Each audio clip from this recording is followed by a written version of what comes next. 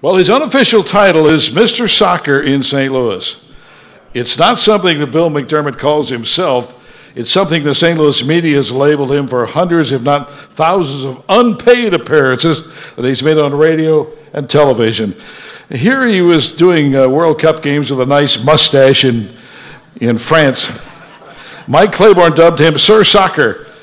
Have a soccer question? You call McDermott. He can rattle off rosters of the MVP top teams in the world, knows players' salaries, probably their shoe size.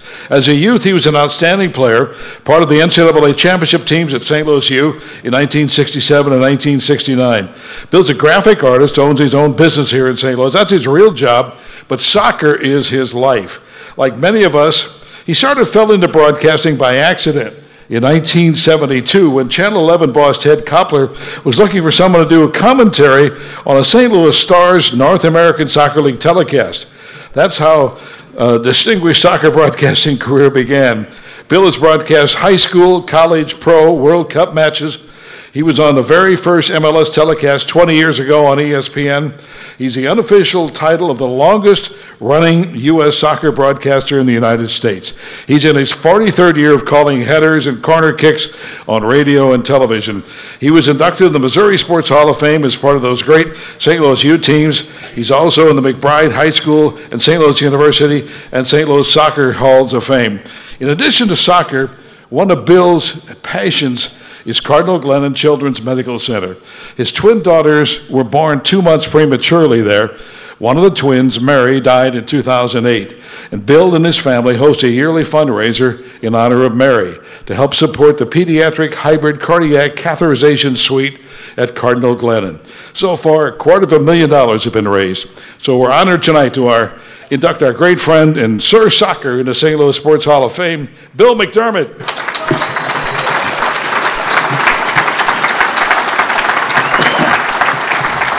Tom Ackerman will do the interview. You go, Tom. Thank you, Bill. Wait a minute. William McDermott is going to interview Bill McDermott. Thanks, Ron. You know, you mentioned 43 years. Bill, you must have started at a very, very, very young age.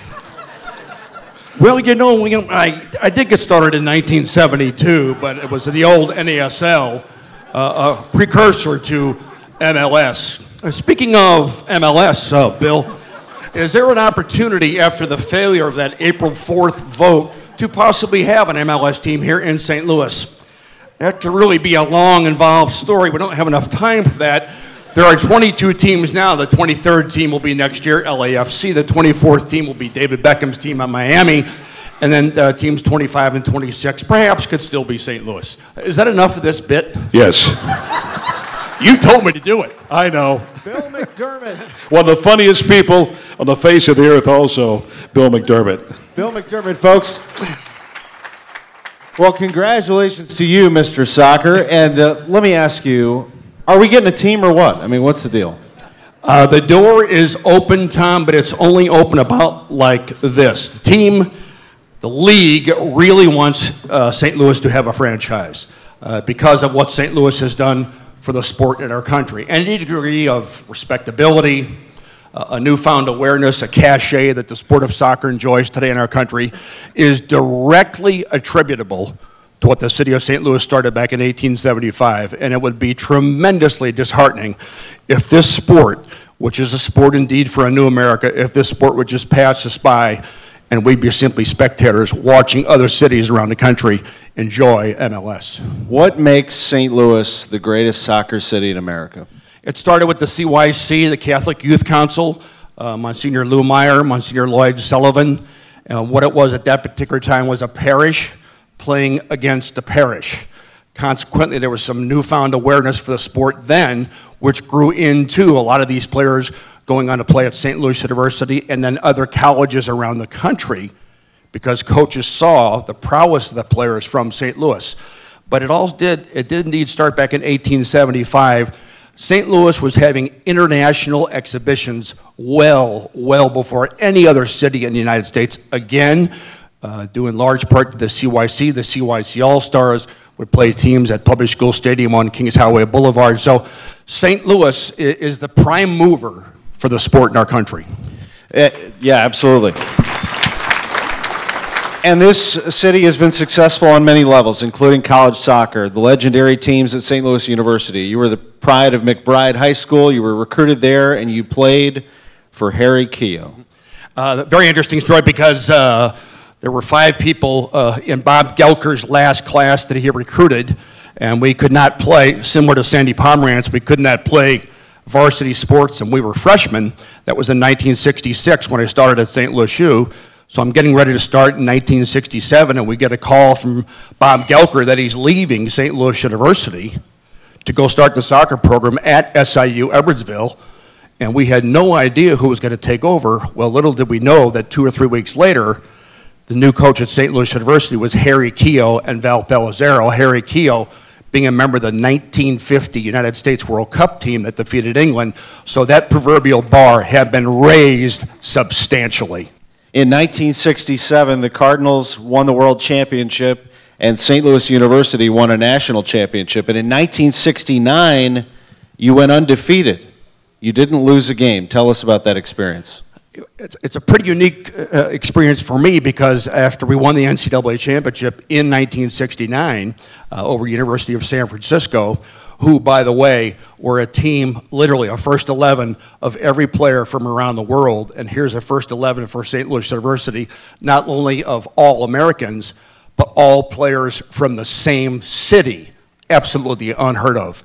We finished the game, it's over. The seniors were kind of looking around thinking, well, this is a wonderful venue, a tremendous day, but I'll never be back at this venue. Fast forward to April 1996, I'm a sideline reporter for ABC for the inaugural MLS game between the San Jose Clash and DC United. You are heavily involved in the game. You talk about the game, you broadcast the game. What do you love about the game of soccer? Why were you passionate about it from the beginning, and what do you love about it today? I love, in particular, the World Cup and the way it is all-inclusive of every imaginable culture. For instance, Germany in a World Cup qualifier could be playing the Faroe Islands, the Maldives Islands, Vanuatu. Every country around the world is invited to participate in the World Cup. It's not just all about Brazil, Germany. For instance, case in point, Tom, we did the game on KMOX when Bosnia-Herzegovina played Argentina. We talked with Vedad Ibisevic, who played 1 year at St. Louis University.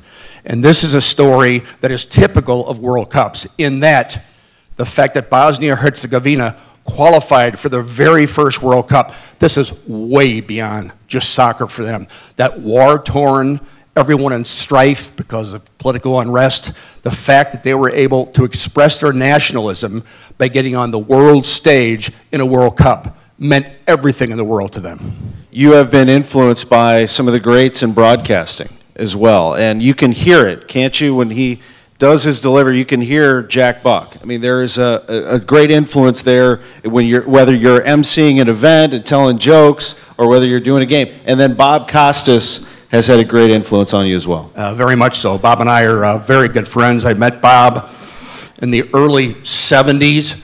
I was on the elevator at the KMOX building. I had my portfolio. I was, as Ron mentioned, I'm a graphic designer by vocation. By avocation, I'm a soccer announcer. Had my portfolio. I was showing it to Darcy and Gardner. I recognized Bob's voice.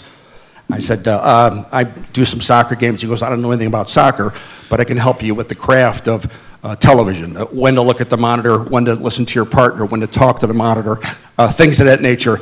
And ever since then, since our involvement with Cardinal Glennon, we've been very good friends. And I can tell you one thing about Bob Costas: he has not varied one iota from when he first came to St. Louis when I first met him to 2017. He is the absolute same person, irrespective of all his international fame. Your relationship with Cardinal Glennon, just finally what that means to you. It means everything in the world to me because, as Ron talked about, by the way, my family's here, my wife Connie, our oldest daughter Elizabeth, her husband Tom, and the newlyweds, Colleen and her husband Guy are all, they were married just this past August 19th. But when our twins were born, 2 months prematurely. They were at death's door. They were rushed to Cardinal Glennon. Mary fared much worse. She had heart and liver problems. Colleen came home. They grew to be strong, 24 years old, when Mary passed away in December of 2008. So anything that I can do to honor her memory, to continue the longevity of her relationship at Cardinal Glennon, I'm going to do. And as a matter of fact, this award, I'm going to dedicate it in the honor and the memory of our daughter, Mary.